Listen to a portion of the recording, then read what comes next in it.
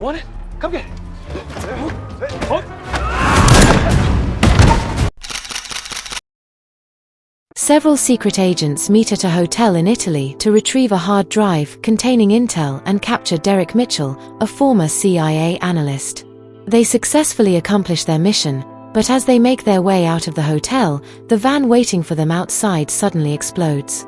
Roxanne Hall, known as Rox, one of the secret agents monitoring the team from outside, instructs them to exit through the back door. Upon exiting through the back door, the agents are gunned down one after another. At the canal, the extraction point, Nick and the captured CIA agent, who are the last men standing, come under fire. The CIA agent falls to the ground, while Nick falls into the canal. A vehicle drives by, picks up the briefcase containing the intel, and drives off, while Rox looks on. In another part of the world, there is a man named Mike. Mike is a construction worker from New Jersey who still lives with his mom. After a day's work, he goes to the bar for a drink with his friends. When his friends leave, Rox, who happens to be Mike's high school sweetheart, walks in.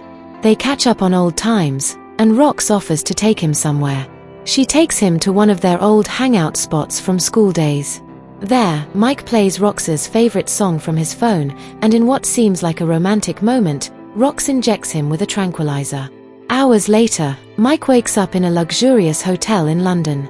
After Rox explains how he got there, Mike rushes out of the room, saying he has work to attend to. When he gets outside the hotel, he encounters Rox's boss, Tom Brennan. Rox joins them shortly thereafter. Tom offers to buy Mike breakfast and instructs him to drive them to their destination.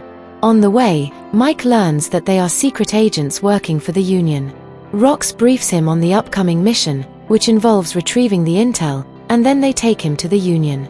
At the Union, they inform Mike about an auctioneer named Juliet Quinn, who is selling the intel on the black market on behalf of a mystery seller.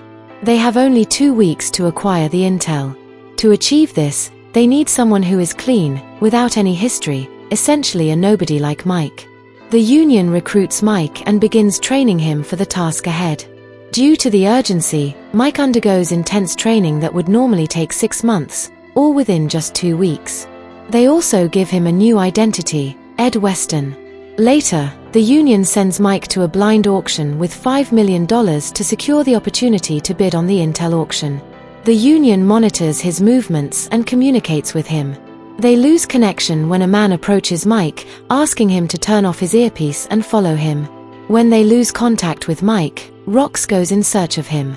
The man directs Mike into an eatery, where Mike hands over the money to another person inside. Once outside with the device, a man attempts to shoot Mike, but Rox arrives just in time to save him. Rox and Mike are then ambushed and shot at by individuals who are interested in the device Mike is holding. In the midst of the chaos, Rox instructs Mike to run with the device. While on the run, some of the attackers chase him, including a woman who pursues him into a kitchen. During the struggle, the device falls into a sink filled with water.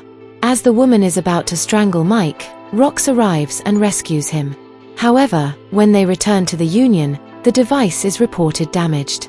Unable to repair their own device, Rox suggests they steal one from a group that supposedly still has an intact auction access device.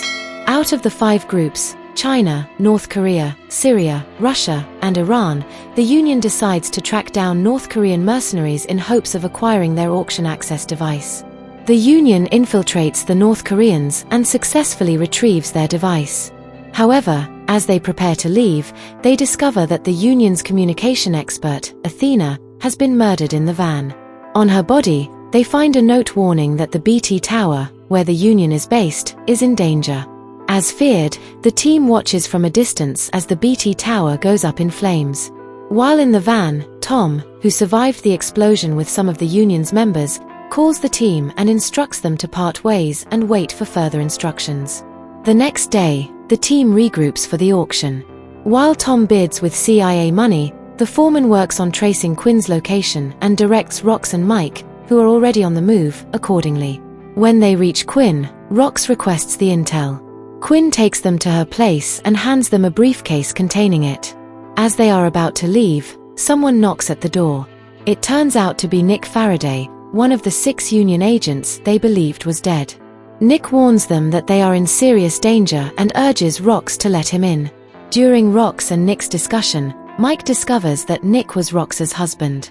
Having convinced Rox to meet with a CIA liaison at a bridge, Rox and Mike leave with the briefcase. In the car, Mike is angry with Rox for not telling him about Nick. Rox insists that they are separated and that it was not necessary to disclose that information. During their conversation, Rox implies that she elevated Mike from his lowly situation, which angers him. He tells her they will meet at the next reunion, thereby quitting the job and getting out of the car. However, Mike changes his mind and shows up at the bridge where Rox is already waiting as planned. Nick calls Rox, revealing that he has no intention of meeting her at the bridge and that it is all a setup. He also informs her that the briefcase was switched at Quinn's place and that he plans to sell the intel to the Iranians.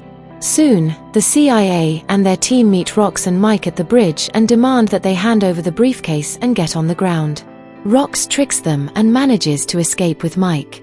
Having placed a tracking device on Nick during his last meeting with Rox, Rox and Mike trace him to Istria.